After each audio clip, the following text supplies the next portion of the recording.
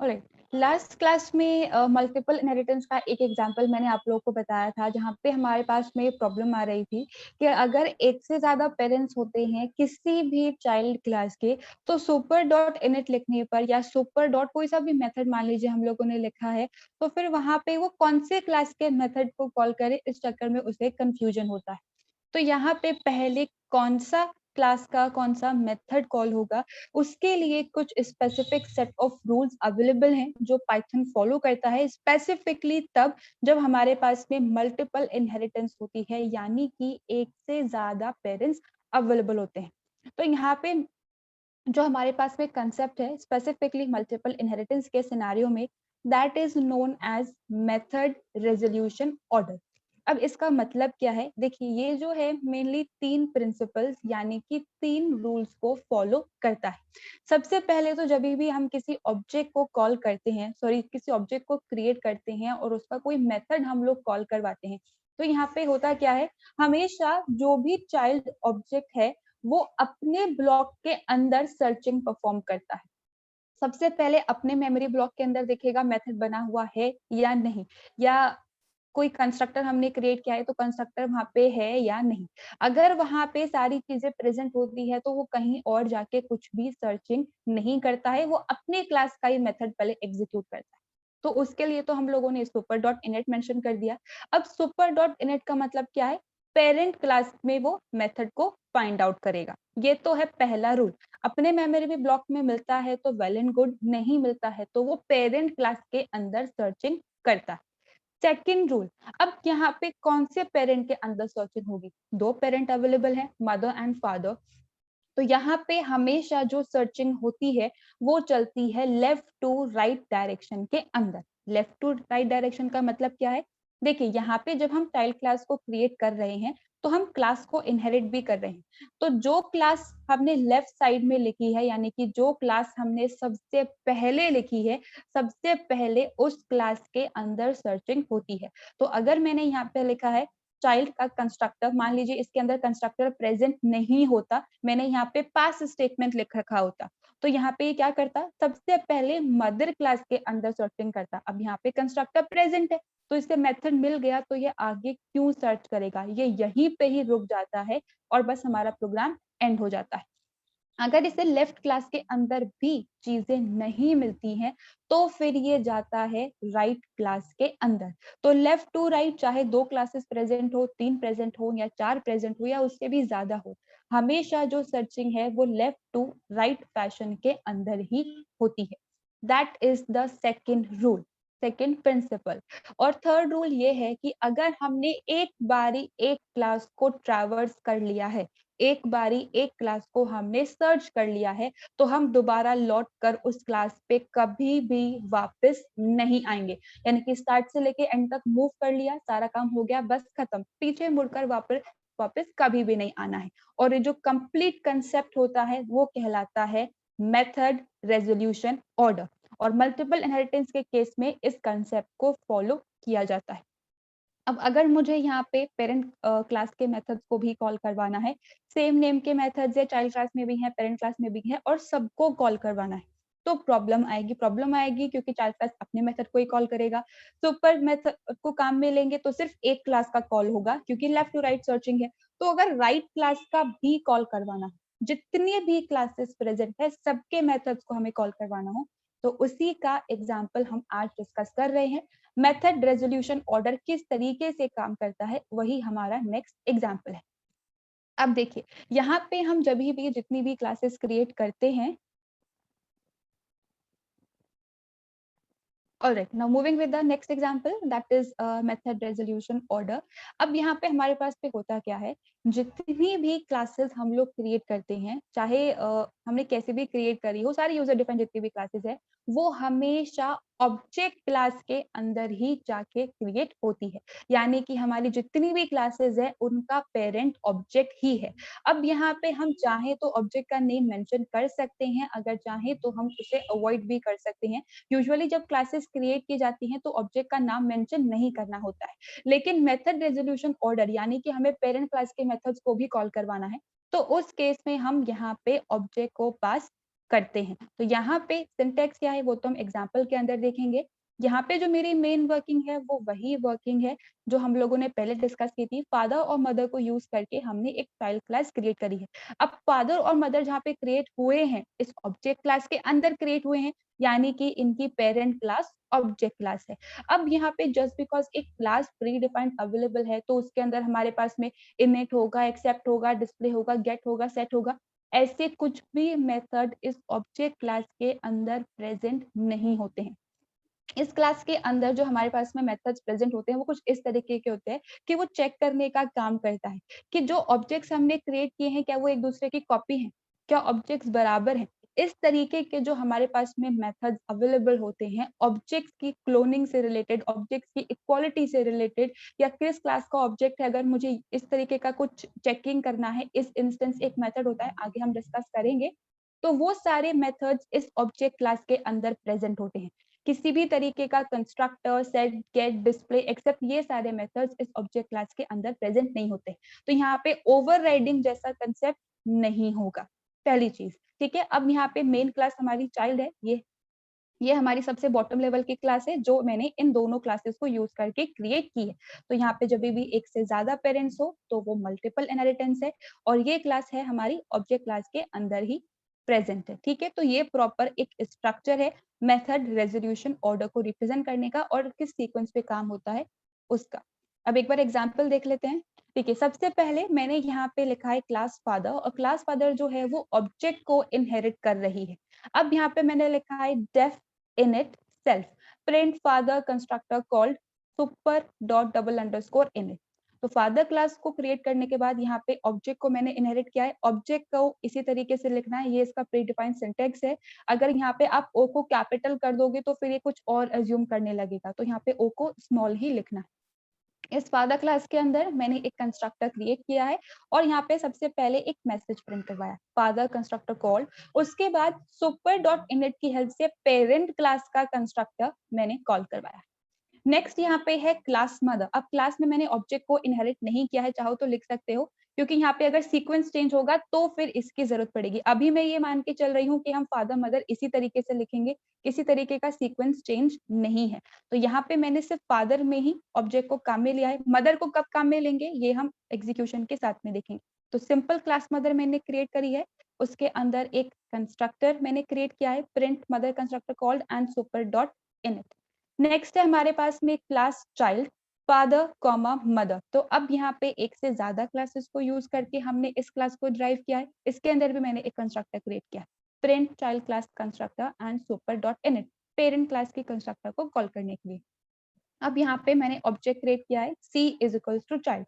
तो सबसे पहले होगा क्या, ऑब्जेक्ट की एग्जिस्टेंस में आते ही हमारे कंस्ट्रक्टर की कॉलिंग होती है। तो कंस्ट्रक्टर की कॉलिंग होगी चाइल्ड क्लास के अंदर, ऑलरेडी कंस्ट्रक्टर प्रेजेंट है तो फिर वो किसी और कंस्ट्रक्टर को क्यों देखेगा, ये अपना ही पार्ट एग्जीक्यूट करेगा।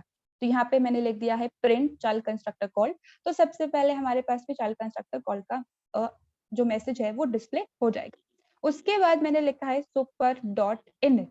अब सुपर के केस में कौन सी क्लास यहाँ पे कंसिडर होगी, तो मेथड रेजोल्यूशन ऑर्डर क्या होता है, सबसे पहले तो अपनी क्लास में देखना है या नहीं है। होता है वेल एंड गुड, नहीं होता है तो कहाँ जाएंगे, पेरेंट क्लास के पास में। और पेरेंट क्लास के पास में चले गए हैं तो कौन सा रूल होगा, लेफ्ट टू राइट का रूल होगा। तो पहले ये फादर क्लास के अंदर सर्च करेगा सुपर डॉट इनिट।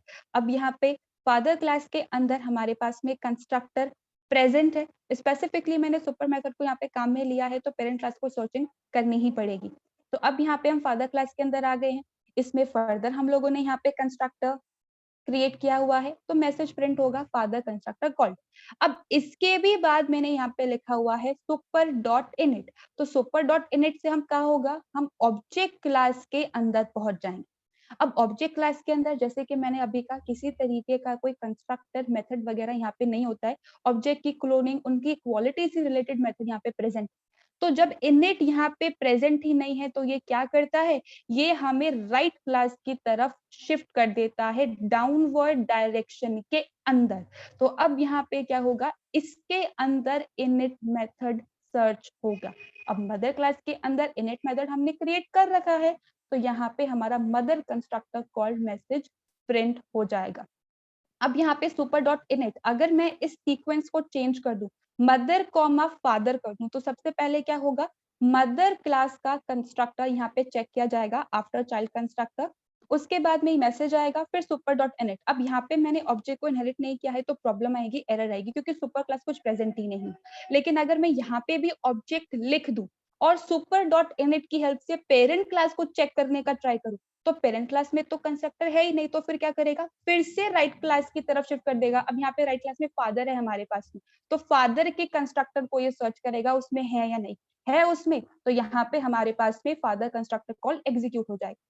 अब उसके बाद एक और स्टेटमेंट है सुपर डॉट इनिट। अब सुपर डॉट इनिट का मतलब क्या है, पेरेंट क्लास को कॉल करना। तो जब ऑब्जेक्ट को एक बारी ट्रेवर्स कर लिया है, हम यहीं से डाउनवर्ड डायरेक्शन के अंदर आए थे, तो दोबारा से हम कभी भी उस क्लास पे वापस नहीं जाएंगे। थर्ड रूल यही था, जो क्लास एक बार ट्रेवर्स कर ली उस पर दोबारा लौट के नहीं जाना।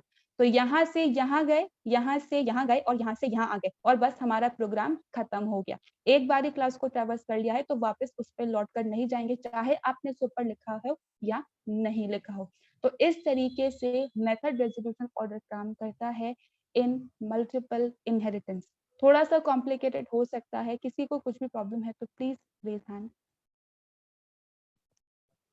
देखिए, हाइब्रिड इनहेरिटेंस का सिंपली मतलब इतना है, हाइब्रिड का सिंपली मतलब होता है जब दो ब्रीड को हम लोग मिक्स कर देते हैं तो क्या आता है रिजल्ट। तो एग्जैक्टली में वही मतलब है। कभी भी इनहेरिटेंस को इम्प्लीमेंट करने के लिए हम अगर एक से ज्यादा टाइप ऑफ इनहेरिटेंस को काम में लेते हैं तो वो कहलाती है हाइब्रिड इनहेरिटेंस। अब यहाँ पे जो मैंने स्ट्रक्चर इम्प्लीमेंट किया है, जो एग्जाम्पल इम्प्लीमेंट किया है, वो कुछ इस तरीके का है। स्टूडेंट को यूज करके मैंने मार्क्स क्लास को डिराइव किया है, तो ये क्या हो गया, one parent one child class, single inheritance. मैंने एक और बेस क्लास क्रिएट करी है स्पोर्ट्स नाम की। अब इस स्पोर्ट्स और मार्क्स को यूज करके मैंने रिजल्ट क्लास को डिराइव किया है। तो यहाँ पे क्या है, एक से ज्यादा प्रेजेंट है तो मल्टीपल इनहेरिटेंस हो गई। तो सिंगल इनहेरिटेंस भी है और मल्टीपल इनहेरिटेंस भी है। तो जब भी एक से ज्यादा हमारे पास में टाइप्स ऑफ इनहेरिटेंस निकल के आती हैं तो वो कहलाता है हाइब्रिड इनहेरिटेंस। अब इम्प्लीमेंटेशन तो सिंपल सा ही है, एग्जाम्पल देख लेते हैं। देखिए, सबसे पहले मैंने यहाँ पे स्टूडेंट क्लास को क्रिएट किया है। इस स्टूडेंट के अंदर मैंने दो मेथड क्रिएट किए हैं, वेरिएबल का क्रिएशन और वैल्यू असाइनमेंट और उनकी प्रिंटिंग। तो def set stu self comma I comma nm, तो जब भी ये मेथड कॉल होगा दो आर्ग्यूमेंट्स पास करने होंगे, एक स्टूडेंट का आईडी है और दूसरा है उसका नेम। तो self dot double underscore id is equals to I and self dot double underscore name is equals to nm. अब def get stu self print roll number self dot double underscore id and print name colon self dot double underscore name. तो जो भी variable create हुए हैं, जो भी value assign हुई है, वो इस मेथड की कॉलिंग पे प्रिंट हो जाएगा। बिल्कुल वैसी क्लास है जैसे अभी तक हम लोगों ने इम्प्लीमेंट किया है, और ये है हमारी बेस क्लास। अब इस क्लास को यूज करके मैंने मार्क्स नाम की एक क्लास को क्रिएट किया है, क्योंकि जब तक स्टूडेंट्स आ नहीं जाते तब तक उनके मार्क्स तो असाइन होंगे नहीं ना, खाली मार्क्स थोड़ी क्रिएट करके रख देंगे। तो स्टूडेंट आ जाए इसके उसके बाद ही मार्क्स होंगे, इस वजह से मैंने इसको डिराइव क्लास के तौर पे ट्रीट किया है। तो क्लास मार्क्स ये स्टूडेंट को इनहेरिट कर रही है।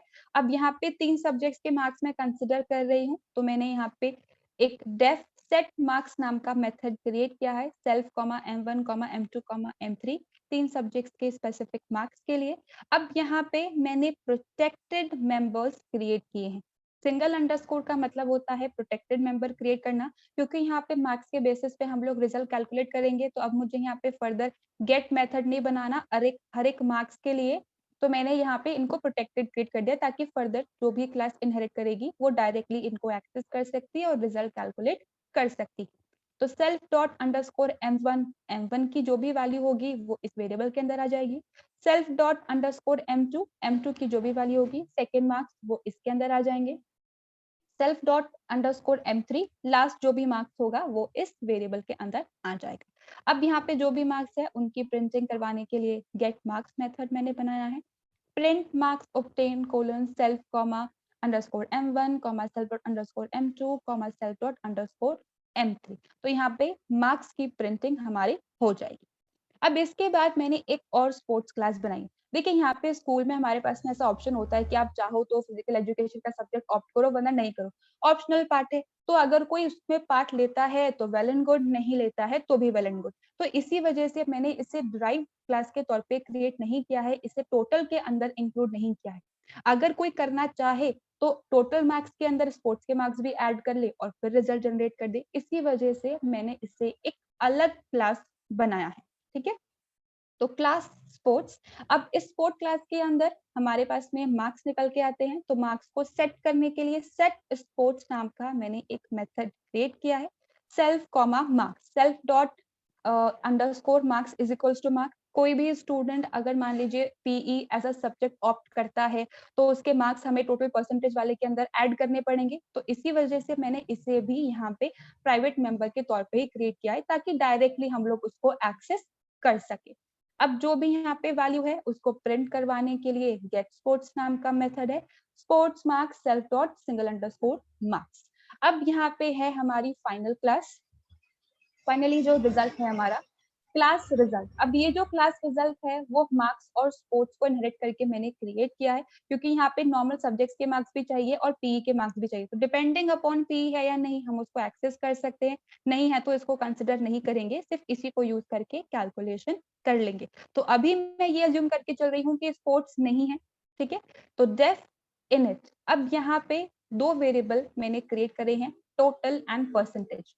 टोटल कितने मार्क्स स्कोर किए हैं तीनों रिस्पेक्टिव सब्जेक्ट्स के अंदर और कितना परसेंटेज यहाँ पे ऑब्टेन हुआ है। तो self dot double underscore total and self dot double underscore percentage के लिए मैंने पीआर वेरिएबल दिया है और दोनों के अंदर मैंने नन सेट कर दिया है, क्योंकि यहाँ पे जब मार्क्स आएंगे तभी टोटल आएगा तभी पीआर आएगा, तो डायरेक्टली हम लोग कैसे सेट कर सकते हैं, इसी वजह से मैंने नन यहाँ पे सेट कर दिया है। अब यहाँ पे नेक्स्ट कैलकुलेशन करवाने के लिए और रिजल्ट को डिस्प्ले करवाने के लिए गेट रिजल्ट नाम का मेथड मैंने क्रिएट किया है। तो self dot double underscore total is equals to self dot underscore m1 plus self dot underscore m2 plus self dot underscore m3। अब यहाँ पे इन तीनों मार्क्स को हम इजीली एक्सेस कर सकते हैं क्योंकि ये प्रोटेक्टेड के फॉर्म में क्रिएटेड है और प्रोटेक्टेड मेंबर्स जो भी क्लास उन्हें इनहेरिट कर रही होती है उसमें इजीली एक्सेसिबल होते हैं। तो तीनों मार्क्स का एडिशन होके मैंने टोटल के अंदर असाइन करवा दिया। नेक्स्ट है हमारे पास में परसेंटेज, तो self dot double underscore P R is equals to self dot double underscore total divide by 3। चाहे तो आप यहाँ पे पूरा फॉर्मूला भी लिख सकते हो, total multiply by 100 followed by divide by 300। यहाँ पे मैंने शॉर्ट में ही लिख दिया टोटल डिवाइड बाई 3, क्योंकि तीन ही सब्जेक्ट्स को मैं कंसिडर कर रही हूँ, स्पोर्ट्स को अभी मैं कंसिडर नहीं कर रही। चाहो तो फिर आप यहाँ पे पहले इसको कैलकुलेट कर लो, फिर स्पोर्ट्स के मार्क्स को भी ऐड करके फिर रिजल्ट डिस्प्ले करवा सकते हो, अभी मैंने उसे कंसिडर नहीं किया। तो print total self dot double underscore total and print percentage self dot double underscore पर। अब यहाँ पे चाइल्ड क्लास का ऑब्जेक्ट क्रिएट करेंगे, तो रिजल्ट हमारी चाइल्ड क्लास है, मैंने आरईएस नाम का एक ऑब्जेक्ट क्रिएट कर दिया।